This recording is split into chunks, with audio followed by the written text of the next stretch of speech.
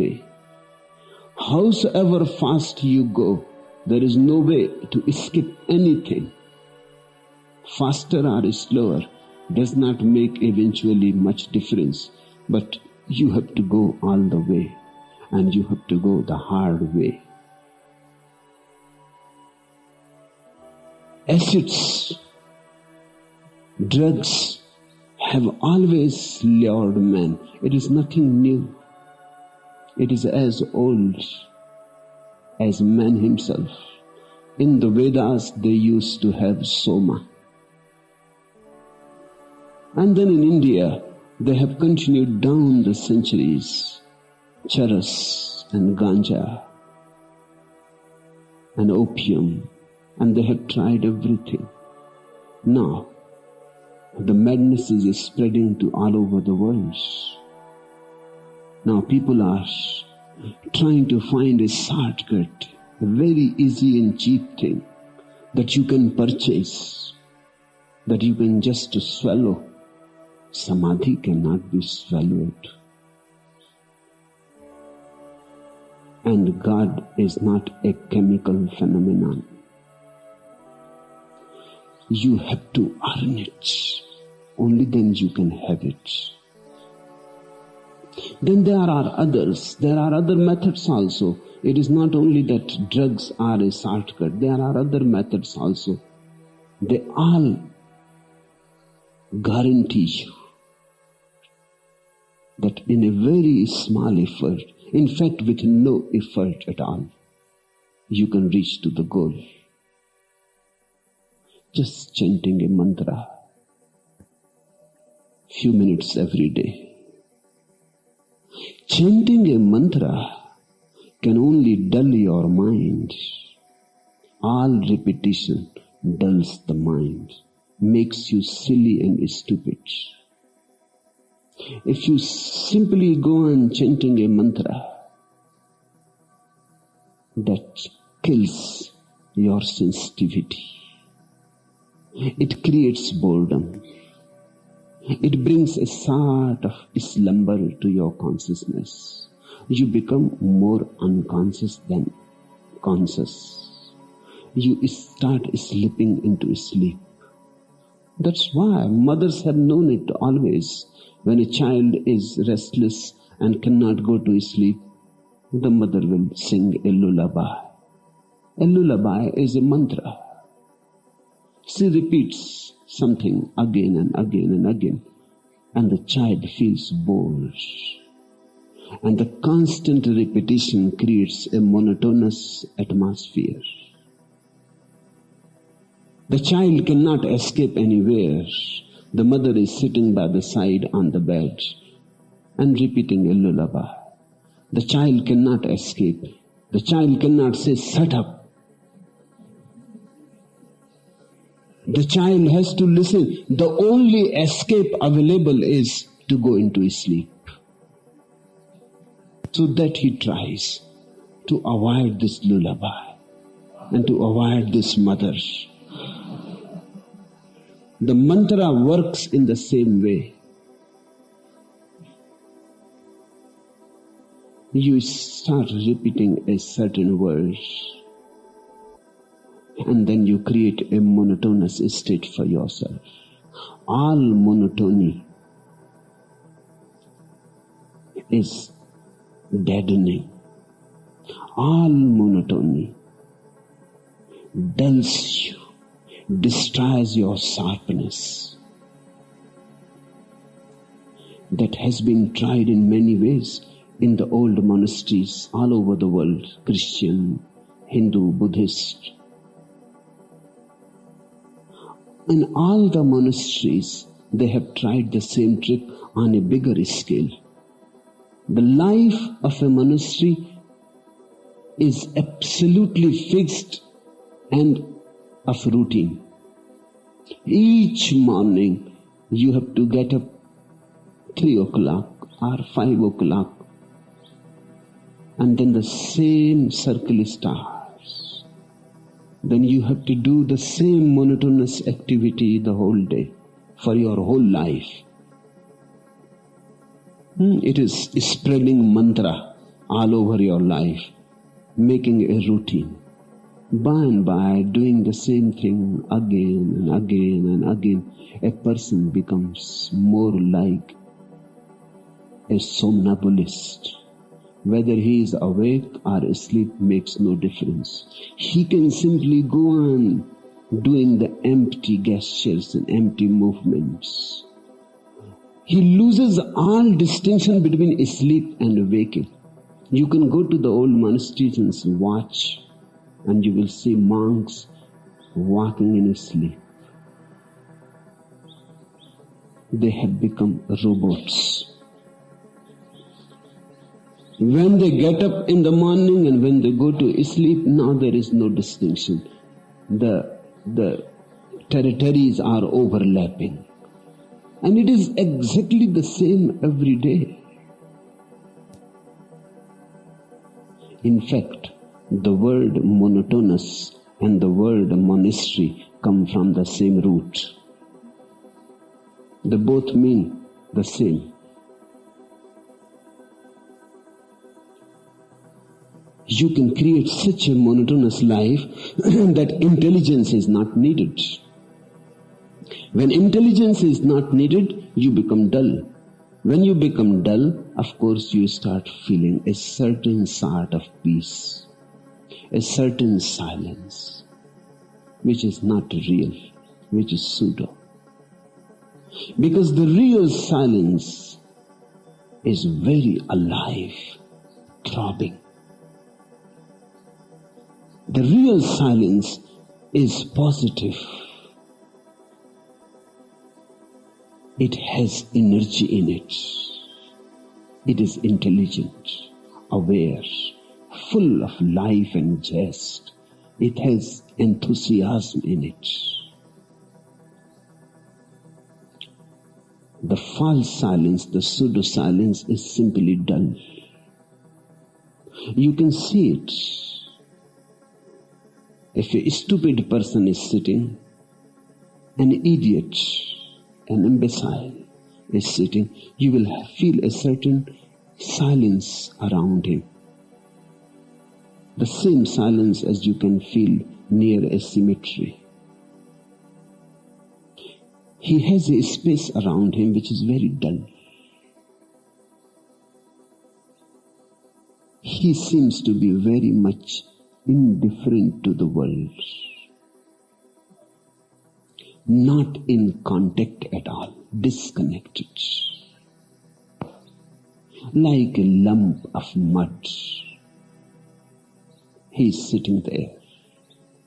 No vibration around him of any life, of any energy. Nothing is streaming around him. This is not real silence. He is simply stupid. When you come close to a Buddha who is silent because of his intelligence, who is silent because of his awareness, who is silent not because he has forced himself to be silent, who is simply silent because he has understood the pointlessness of being in any way disturbed. He is silent because he has understood that there is no point in being worried and there is no point in being tense. His silence is out of understanding. It is overflowing understanding. When you come near a Buddha, you will have a totally different fragrance. The fragrance of consciousness. Not only you will feel a freshness, a breeze around him, you will feel you have also become more alive, aflame just by being close to him. Your own inner being is lit. A lamp starts burning within you. When you are close to him, just the very affinity, the closeness, and suddenly you feel you are no more so depressed. His presence is pulling you. out of the mud in which you have established yourself perfectly. His very presence is uplifting, and you will feel life, love, compassion, beauty, reality. If a person goes on doing a mantra and lives a monotonous life of routine, that just goes into the gestures and motions because he has to do. And he has done the same thing so many times that there is no need to be alert about it. He can do it in sleep. He has become so efficient. Efficiency simply means he has become mechanical. Then you can see that he is silent. You will see this type of silence if you come across people who practice transcendental meditation. They have stilled themselves by repeating a certain mantra. They have forced their mind to keep quiet. But this is cheap, and you cannot get the real by such cheap measures. The real becomes available only when you work for it with your totality. But remember, I am not saying that the real becomes available only by our work. There is a paradox in it. You have to work hard.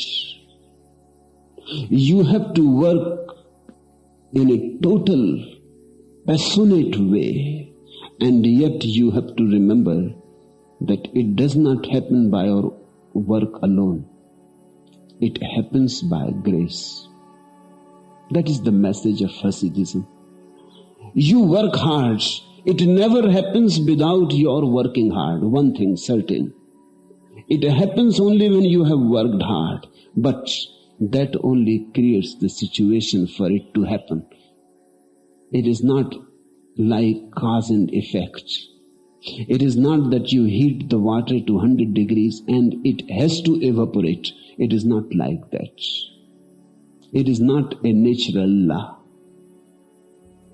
It has nothing to do with the world of gravitation.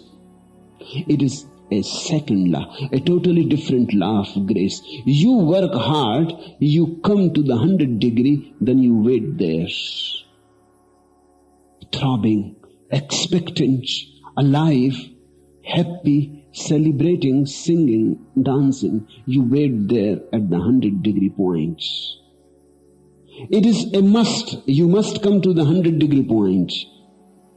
But now you have to wait. You have to wait patiently, lovingly. When the right moment comes, when your work is complete and your waiting is also complete, then the grace descends. Or you can call it the grace ascends. Both mean the same, because it comes from the deepest core of your being. It looks like descending because you have not known your innermost core up to now. It seems as if somewhere from the above is coming to you. It comes really from somewhere within you. But the within is also the beyond. Hard work is needed to attain to grace. But the real thing finally happens only because of grace. This is a paradox. It is difficult to understand it. Because of this paradox, millions of people have lost their way. There are few who say, and they are very logical, their logic is impeccable. There are few who say that if it comes only by our efforts, then why bother about grace and God? If it happens only by our effort, then okay, we will do all the effort and we will make it happen. So they don't talk about grace, God. They will miss, because it never happens only by our efforts. Then there are people who say if it happens only by grace, and never happens by only our efforts, then why bother? We should wait, and whenever God wills, it is going to happen. They both miss. One misses because of egoism, that only my effort is enough, only I am enough. The another misses because of laziness, lethargy. Both miss. The one who arrives home has to follow the paradoxical path. This is the paradox, that I have to work hard, not only hard, I have to put myself totally at the stake. Only then I have become capable of receiving grace. But it happens through grace. A moment comes when I have done all that I can do, and then I pray that now no more is possible from my side. Now something is needed from the other end. Now you also do something. And God starts working only on you when you have done all that you could have done. If something is still lacking and a part of your being is still not involved, then God cannot come to your help. God helps only those who help themselves. This is the paradox of the Hasid. He works hard and still he trusts that the ultimate flowering is going only to be by His grace, by God's grace. And it is beautiful. We are very small. Our efforts cannot create much. Our fire is very small. By this fire alone we cannot put the whole existence aflame. We are just drops. We cannot create oceans out of these drops. But if the drop can drop into a deep prayer, the ocean becomes available. When the drop relaxes, it becomes capable to contain oceans in itself. It is small. If you look only at its periphery, it is tremendously vast if you look at its center. Man is both. Man is the paradox. He is the tiniest particle of consciousness, atom, very atomic, and yet he contains the vast. The whole sky is contained in him. So first, these two languages have to be understood, the language of having and the language of being.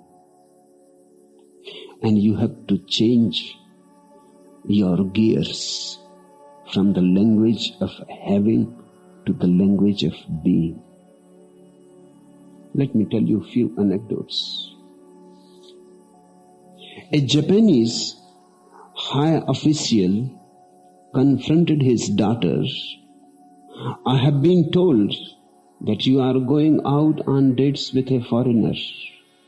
Furthermore, that he is an American soldier. And what is more, he is Jewish. The girl shot back, what Samak told you that? Now the word Samak tells everything. There is no need for anybody to tell anything anymore.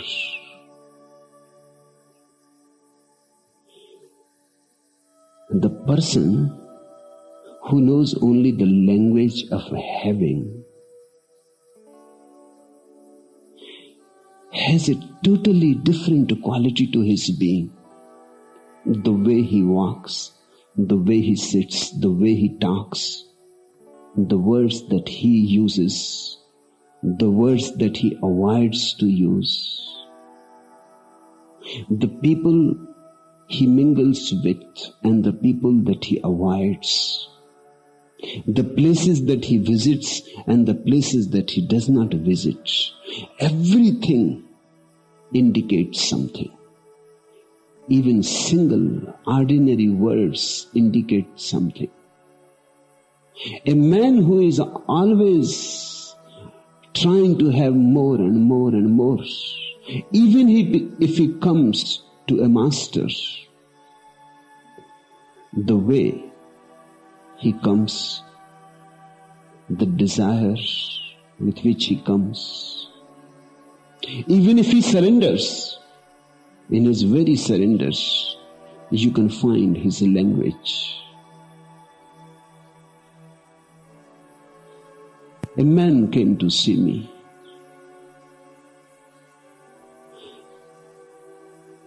The way he came, I could see that he is absolutely indifferent towards me. It was so clear, it was so loud.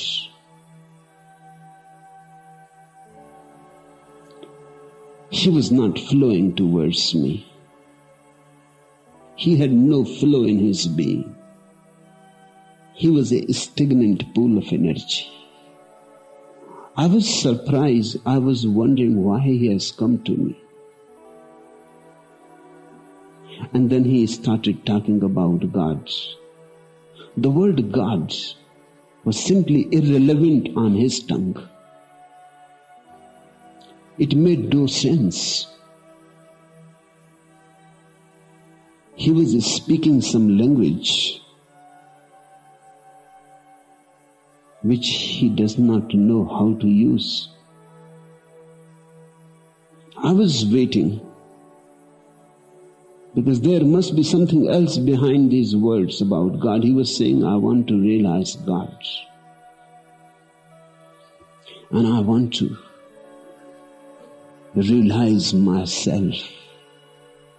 And the way he was saying and the way he was expressing, it was absolutely clear that he has not come for these things. Maybe just to be polite towards me, or just to start a dialogue. He was using these props. And then by and by, and he said, I will come one day and become a sannyasin also. But I said, if you have come and you are a seeker and you want to realize God, then why waste any more time? As it is, you have wasted already enough. He must have been almost 65. He said, that's right. But right now, I'm contesting the election. There was a by-election going on. So I have come for your blessings. I said, why you wasted so much time talking about God, talking about the soul and the meditation? And Indians are very proficient about such things. Just by tradition, they have learned these words.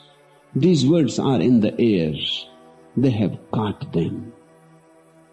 They don't have any roots in their being. Just they float in their heads. Without any roots, these words exist in them, unrelated to them. I said, why you wasted so much time talking about God? And so you should have said the real thing in the beginning. He was a little embarrassed.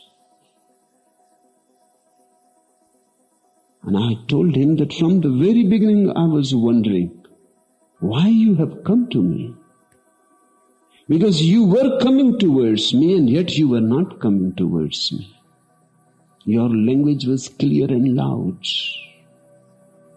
You were sitting here and you were not sitting here. And I could see that your presence was false, only physical. And I could see the politician in you. In fact, you were talking about God as a political strategy. It was your politics. There are these people who say honesty is the best policy. Even honesty, they have made it a policy. Policy means politics. It pays to be honest, they say. So honesty is also a useful instrument to earn more money, to earn more prestige, to be more respectable. But how honesty can be policy? Just to say such things that honesty is the best policy is to utter a profanity. It is almost saying God is the best policy. Our meditation is the best policy. Our love is the best policy. Your language, if it is of having, you can use God and meditation and things, but they will be just garbs, masks, and something else will be hidden behind them.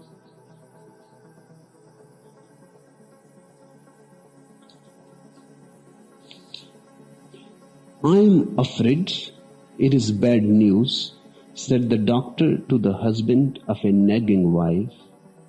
Your wife has only a few hours left to live.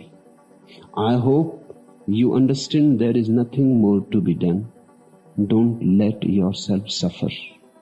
It is all right, doc, said the husband. I have suffered for years. I can suffer a few hours more. People have different languages. Even if they use the same words, they don't use them with the same meaning. Listen to the meaning and never listen to the words. If you listen to the words, you will never understand people. Listen to the meaning. The meaning is a totally different thing. The woman lion tamer had her beasts under perfect control. At her summons, the fiercest lion came meekly to her and took a piece of sugar out of her mouth. The circus crowd marveled, all except one man, Mullah Nasruddin. Anybody could do that, he yelled from the audience. Would you dare to do it? The ringmaster yelled back scornfully. Certainly, replied Nasruddin, I can do it just as well as the lion can.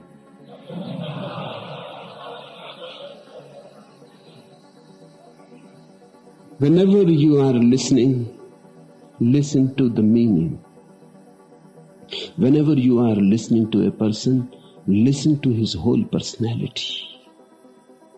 And you will immediately be able to see whether the person lives in the dimension of having or in the dimension of being. And that will be very helpful for your own inner growth and for your own change of gears. Just watch people. It is easy to watch people than to watch yourself in the beginning, because people are more objective and there is a little distance between you and the people. And you can be more objective about people because you are not involved in them. Just watch. Make it a point. Buddha used to say to his disciples that watch everybody passing by, coming, going in the streets. Watch people.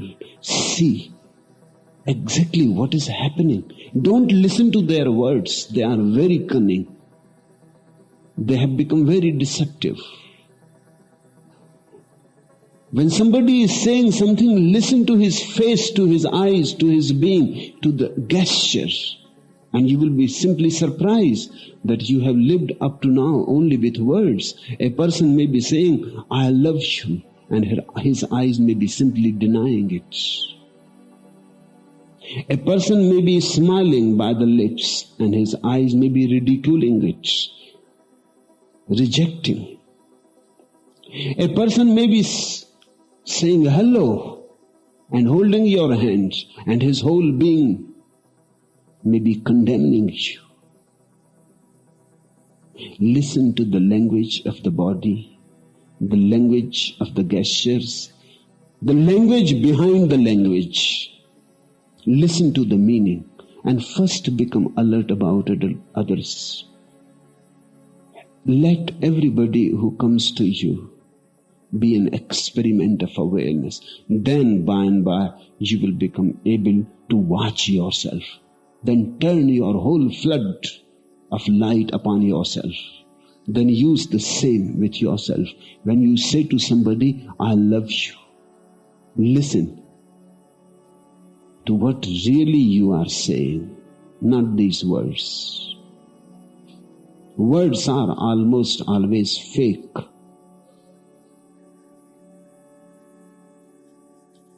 Language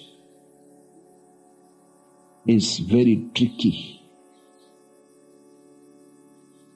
and can garb things so beautifully that the containers become so important, you lose sight of the content. People have become very sophisticated as far as their surface is concerned. Their innermost core remains almost primitive. Listen to the center of the circumference. Go into each word. First, others have to be watched, then watch yourself. And then by and by you will see there are few moments when you also move into the dimension of being. And those moments are the moments of beauty, moments of happiness. In fact, whenever you see that I am feeling very happy, you have come in contact with the dimension of being, because there is no other happiness possible. But if you don't observe it accurately, you may misunderstand it. You are sitting with a woman you love, or a man you love, or with a friend, and suddenly you feel a deep well-being arising in you. A deep joy, for no reason at all, for no visible cause. Just you are aglow.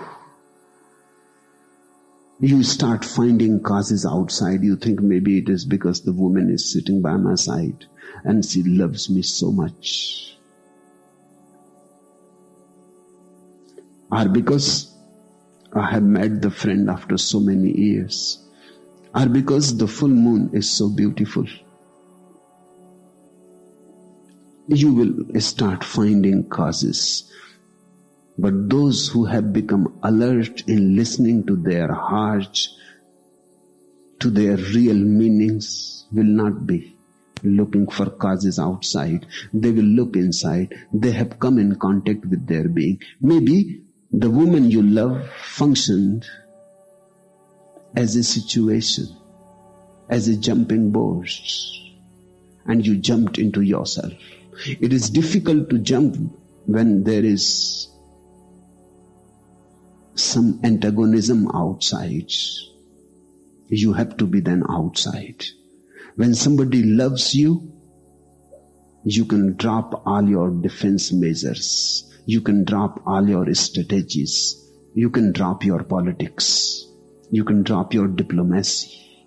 When somebody loves you, you can be vulnerable. You can trust that he is not going, or she is not going to take advantage of it. That you can be defenseless and you will not be killed and crushed. That you can be defenseless and the presence of your friends will be soothing. It will not poison you. Whenever there is a situation where you can leave yourself defenseless and you can drop your strategies and your armors, suddenly you are in contact with your being. You have moved from the dimension of having to the dimension of being. Whenever it happens, there is happiness, there is joy, there is rejoicing. Even if for a split second, suddenly the doors of heaven open. But you again and again lose it because you are not aware. It happens only accidentally. Remember, a religious person is one who has understood this accidental happening and who has understood the innermost key of it. And now, he does not move only accidentally into his dimension of being. He has the key, and whenever he wants to move, he opens the door. He can unlock the door and go into it. This is the only difference. In ordinary happiness and the happiness of a religious person, the only difference is this, that the religious person has become capable to move any time, any place into his being. Now he knows the direct route, and he does not depend on outside props. You depend too much on the outside props. Sometimes you are in a beautiful house, it feels good. You are traveling in a beautiful car, the car humming and everything going beautiful. It feels good. In that feeling, you start coming closer to your being. But you misunderstand. You think it is because of this car, so I have to possess this car. Maybe the car functioned as a situation, but the car is not the cause. Maybe a beautiful house functioned as a situation, but it is not the cause. If you think it is the cause, then you move into the world of having, then you have the most beautiful car. You have to have it. Then you have to have the best house. You have to have the best garden. Then you have to have the best woman and the best man. And you go on collecting and collecting, collecting. And one day suddenly you recognize or realize that your whole life has been a wastage. You have collected much, but you have lost all sources of happiness. You got lost into collecting things. The basic logic was that wherever you feel good and happy, that thing has to be purchased. Listen to me. That thing need not be purchased. You just watch what is happening inside you, and you can start having that happening without any outside help. That's what a sannyasin is.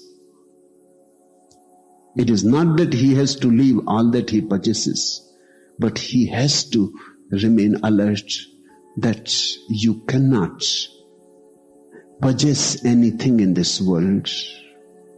Secondly, all that you possess can function only as a situation, but it is not the cause.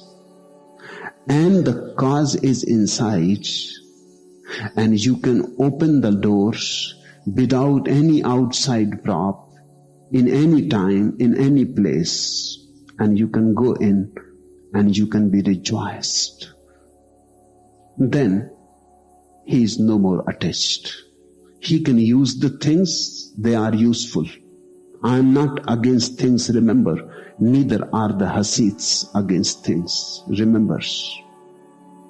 Use the things, but don't believe that things can cause you happiness. Use the things, they have a utility,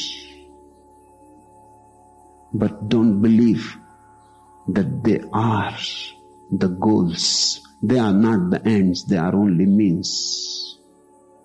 The goal is within you, and the goal is such that one can move directly into it without any outside help. Once you know it, you become a master of your being.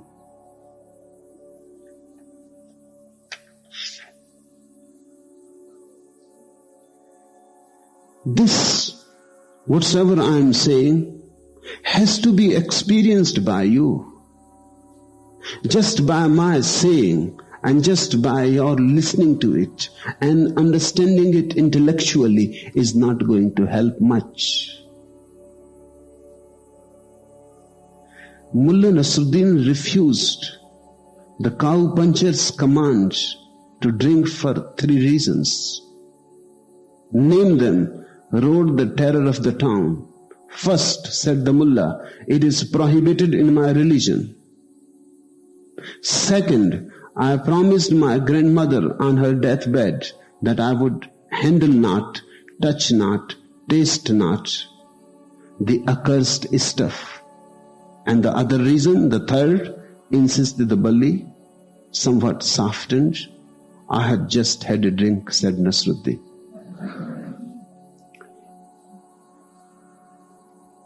If you simply listen to me and intellectually understand me and never experiment it into your own inner lab of consciousness, it will remain just in your head. It will never become a lived experience. And unless it becomes a lived experience, it is worthless knowledge. It is junk. Again, you can start collecting knowledge, then you are again into the same trap of the dimension of having. You can go on collecting as much knowledge. Knowledge is available. So much knowledge has become available. That is one of the misfortunes of the modern man. It was never so. The only thing that has proved the greatest calamity for the modern man is tremendous amount of knowledge has become available, which was never available. A Hindu used to live with Hindu scriptures. The Mohammedan used to live with the Mohammedan scriptures. The Christian used to live with the Bible. And they were all secluded. And nobody was going into the other's world of knowledge. Things were clear cut. There was no overlapping. Now everything is overlapping. And tremendous new knowledge has become available. We are living in a knowledge explosion. In this explosion, you can start gathering information. You can become a great scholar. Very cheap, very easy. But it is not going to transform you at all. Again, remember, knowledge belongs to the dimension of having. Knowing belongs to the dimension of being. They look alike, but they are not. Not even they are not alike. They are diametrically opposite to each other. A man who goes on collecting knowledge goes on losing knowing. Knowing needs a mirror-like mind, pure, uncorrupted. I am not saying that knowledge is useless. If you have your knowing clear, mirror-like, fresh, you can use your knowledge in a tremendously useful way. It can become beneficial. But the knowing has to be there in the first place.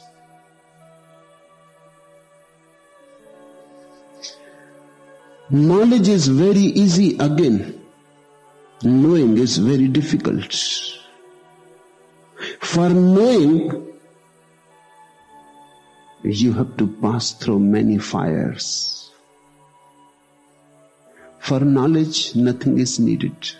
As you are, you can go on adding more and more knowledge to you.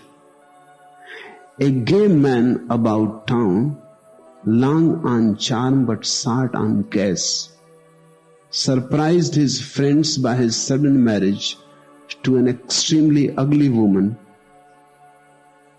whose only virtue was her well-padded bankroll. After the marriage, his friends were doubly mystified by his insistence on taking his wife everywhere with him. I can understand your marrying that painfully ugly woman for her money, one of his close friends remarked frankly. But why do you have to bring her with you every time you go out? It is simple, the husband explained. It is easier than kissing her goodbye.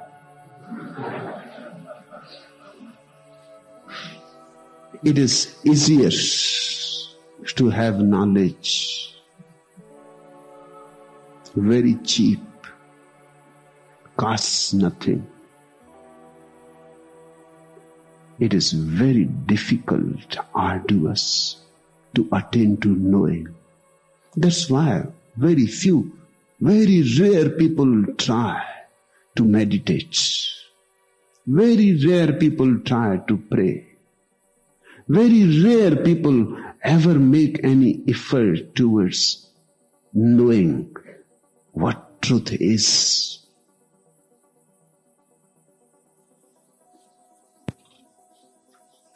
And whatsoever you have not known on your own is meaningless. You can never be certain about it. The doubt never disappears. The doubt remains like a worm underneath it, sabotaging it. You can shout loudly that I believe in God, but your shouting does not prove anything. Your shouting only proves one thing, that there is doubt. Only doubt shouts loudly. You can become a fanatic believer, but your fanaticism simply shows one thing, that there is doubt. Only a man who has doubt within himself becomes a fanatic. A fanatic Hindu means one who does not really trust that Hinduism is right. A fanatic Christian simply means one who has doubts about Christianity. He becomes fanatic, aggressive, not to prove to others. He becomes fanatic and aggressive to prove it to himself, that whatsoever he believes, he really believes. He has to prove it. When really you know something, you are not a fanatic at all.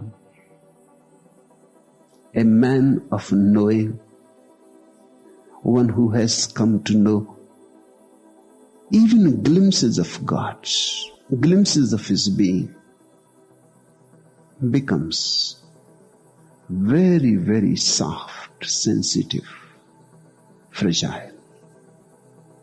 He is not fanatic. He becomes feminine. He is not aggressive. He becomes deep compassionate. And by knowing, he becomes very much understanding of others. He can understand even the diametrically opposite standpoint. I have heard about a Hasid rabbi. He was saying, life is like a river. A disciple asked, why? Rabbi, how can I know? Am I a philosopher? Another day, the rabbi was again saying, life is like a river. And another disciple asked, why? And the rabbi said, right you are. Why should it be? This is tremendous understanding. No fanaticism. A man of knowing attains to a sense of humor.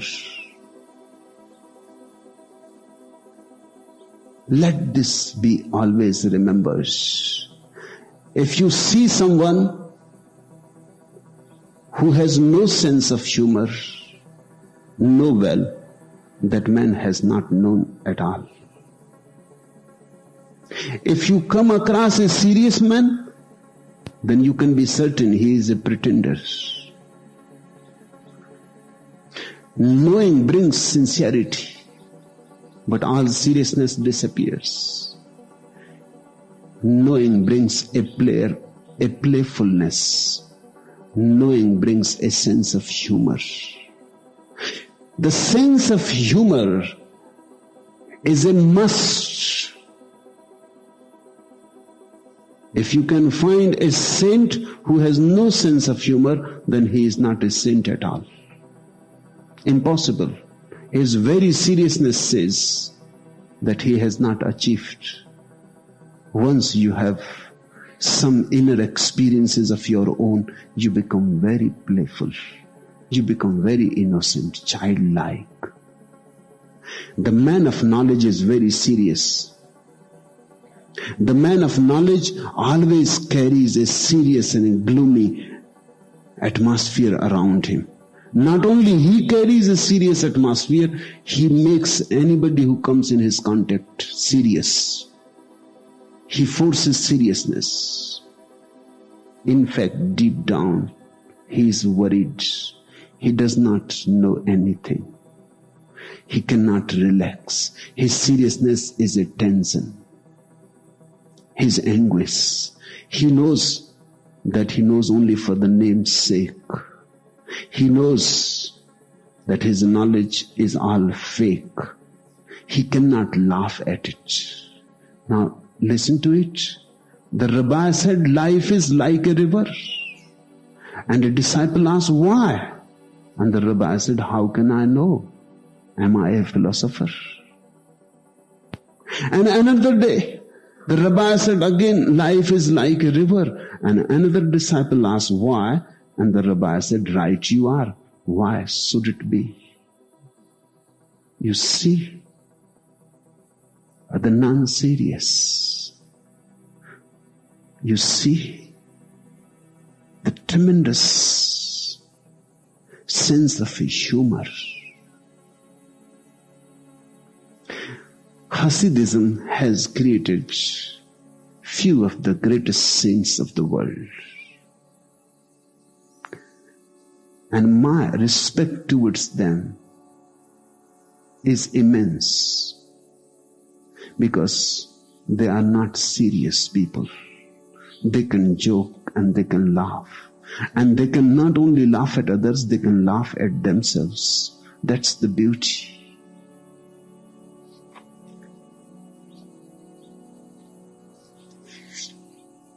If you go on collecting knowledge, you can have a great amount of knowledge, but it is not going to be of any help when the need arises. You can go on throwing it and sowing and exhibiting it, but whenever the need arises and the house is on fire, you will suddenly see you have forgotten all that you knew, because you never knew in the first place. It was just in the memory. Whenever there is an emergency situation, for example, a person is dying, he will forget all his knowledge. In that moment, he will not remember that the soul is immortal. It was advice for others.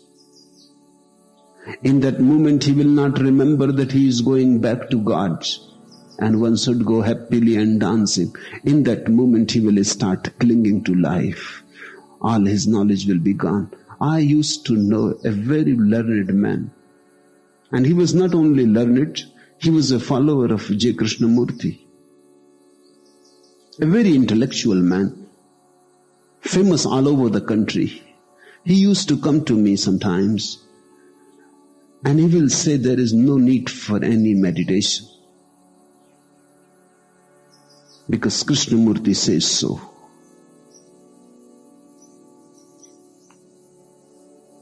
I used to listen to him and laugh. He will ask me, why you laugh whenever I say these things? I told him again and again that I listen to you, I don't listen to what you say. And your being gives me some totally different message.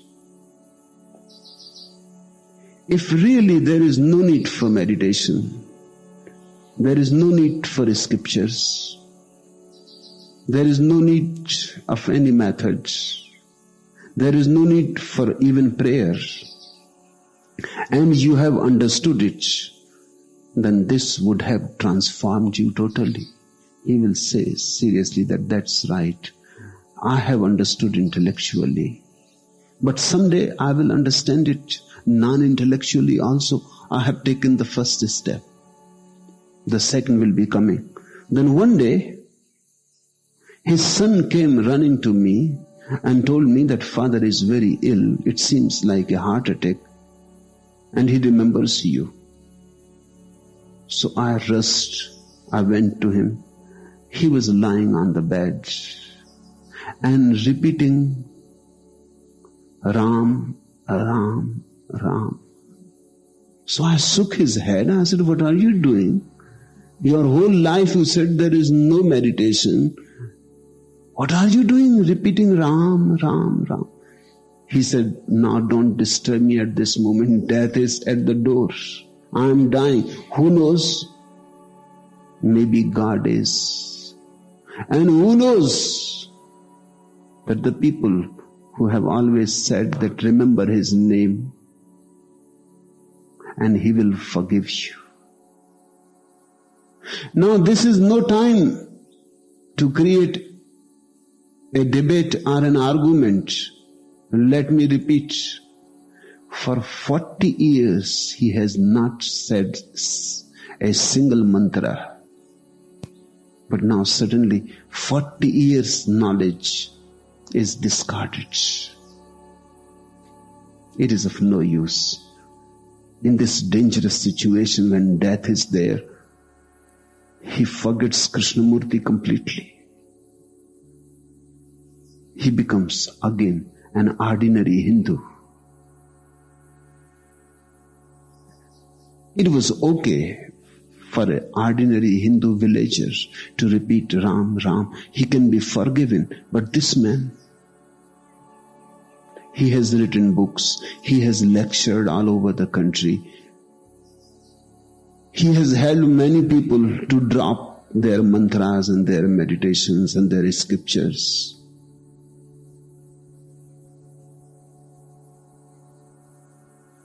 And now suddenly he is repeating. But he survived the heart attack. And again he came to see me after 2-3 months. And again he was back to his knowledge. I said, now you stop your foolishness. Because death will come again and you will repeat Ram, Ram, Ram. So what is the point of it all?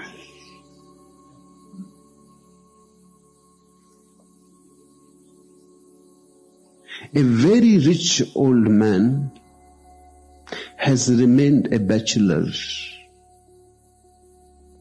Now he was nearing 75. Then suddenly a friend convinced him, a married friend, that you should get married. You should not miss this pleasure. So he decided to get married. Of course, he had so much money. He immediately found a beautiful girl. After they went to their honeymoon, he took the married friend and his wife with him as guides in this new exploration. The next morning, they met in the motel at breakfast. The friend has fed him every information about sex and how to make love and what to do and what not to do. Next morning they met in the motel at breakfast. What a fantastic time I had last night, said the married man. We went to bed last night. My wife was eager, I was eager, and we had a marvelous night of love. What about you, old man? Ah, my God, said the old rich man, I forgot clean about it. The whole life of bachelorhood.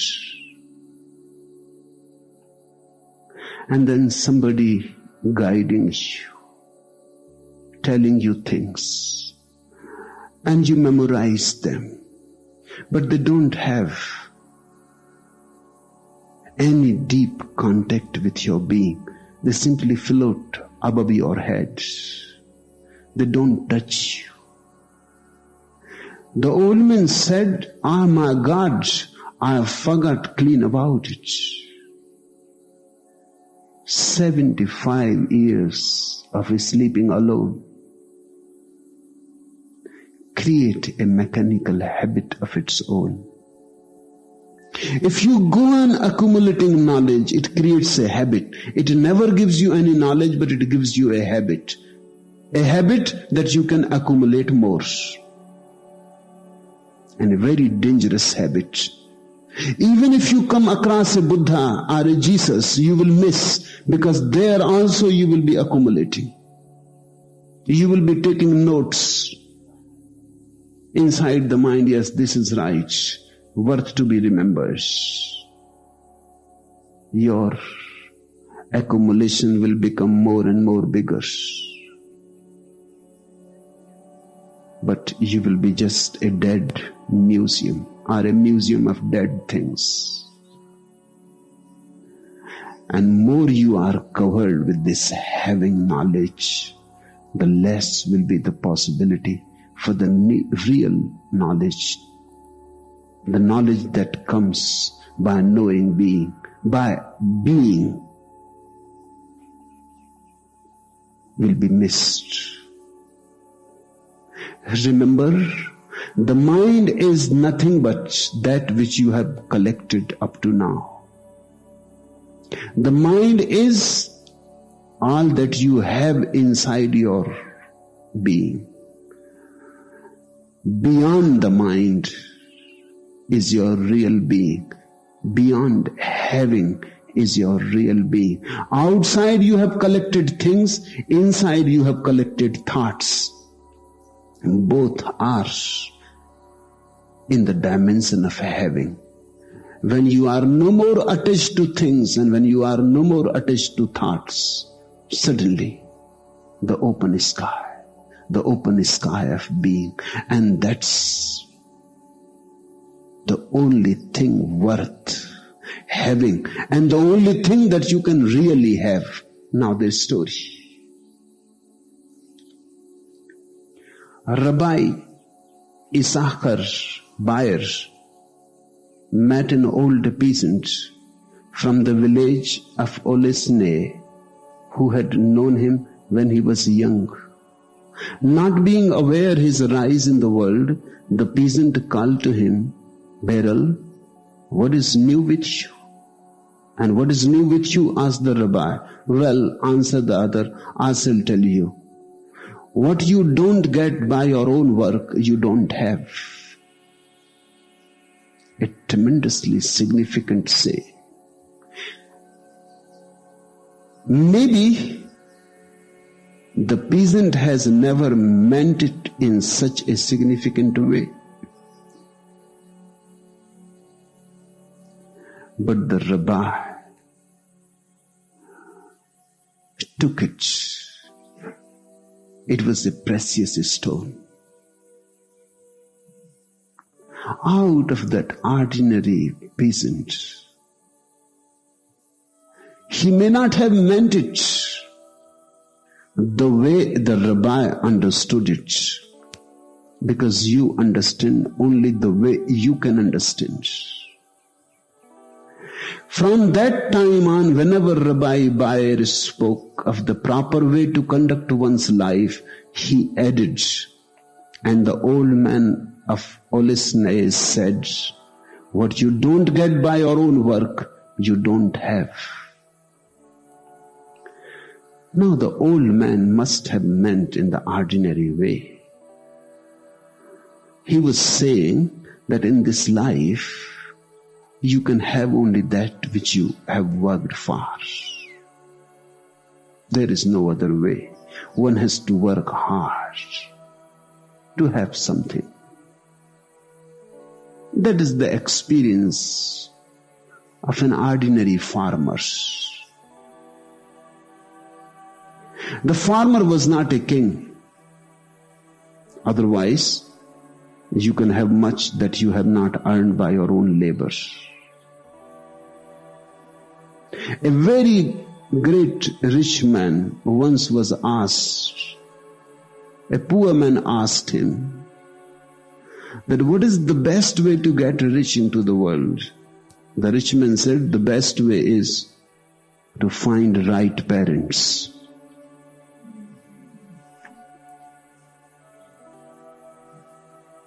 You can have much without ever have earned it if you were clever enough to find the right womb.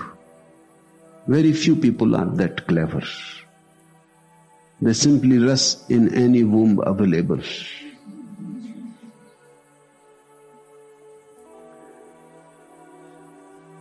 You can rob, you can cheat,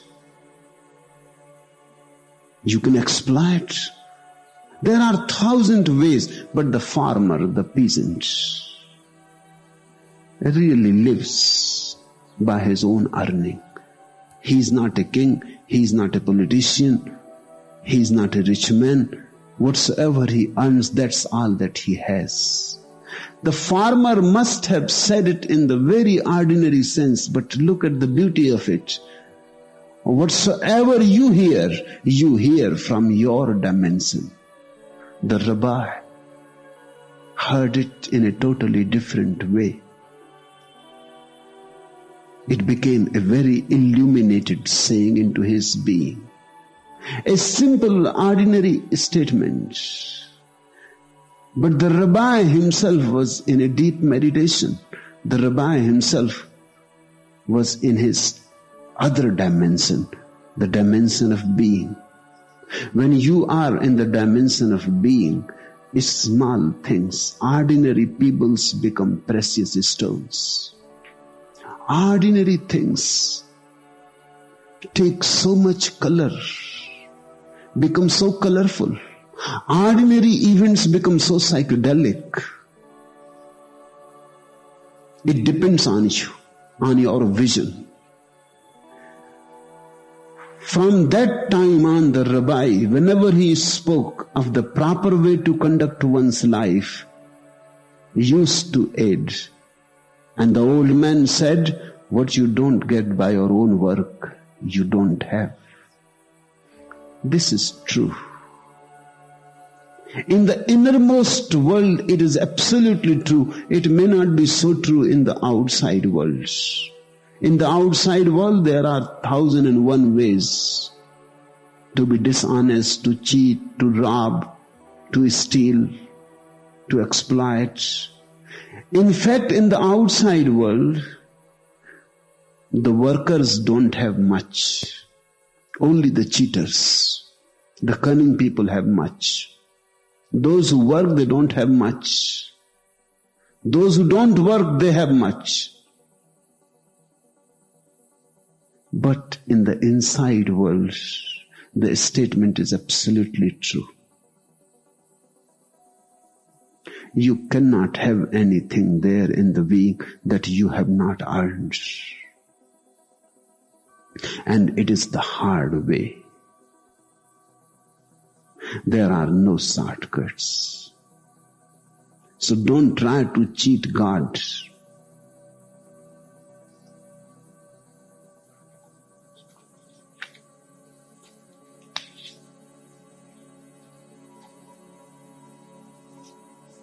A man who is deluded by having things loses all opportunities of attaining to the state of being. I have heard a husband took a shot at his mother-in-law So she brought charges against him. You were drinking, said the judge. So I must tell you something. It was liquor that inflamed you. It was liquor that made you hate your mother-in-law. It was liquor that got you to buy the revolver to shoot her.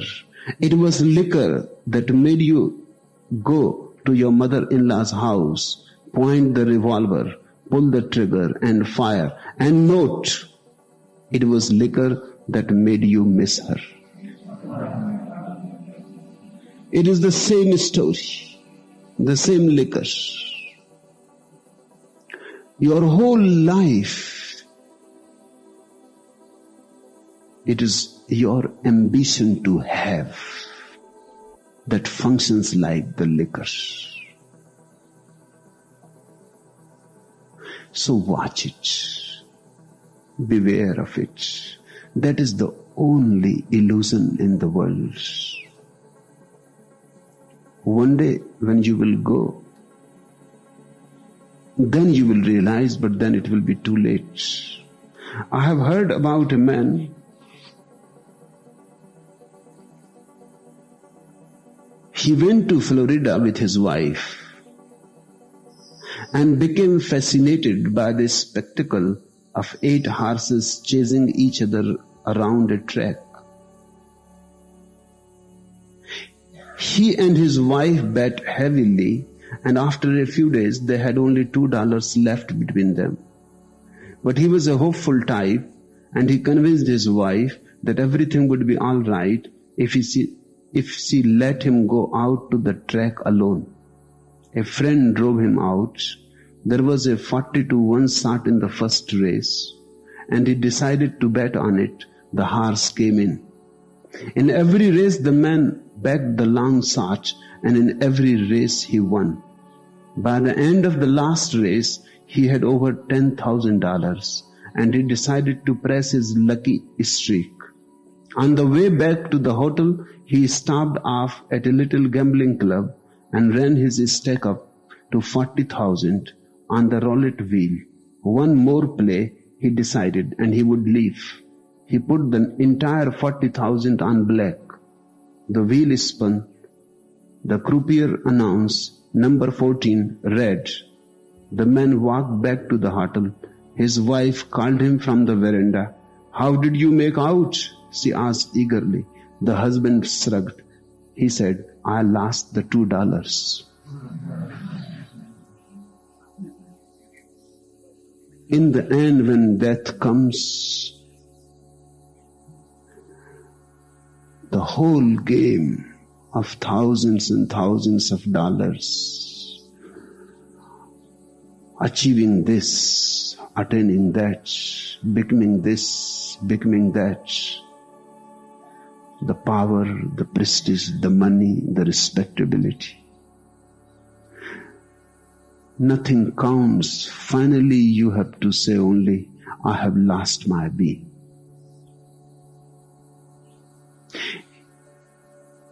In running, rushing into the dimension of having, only one thing happens, that you lose your being. A great opportunity is life.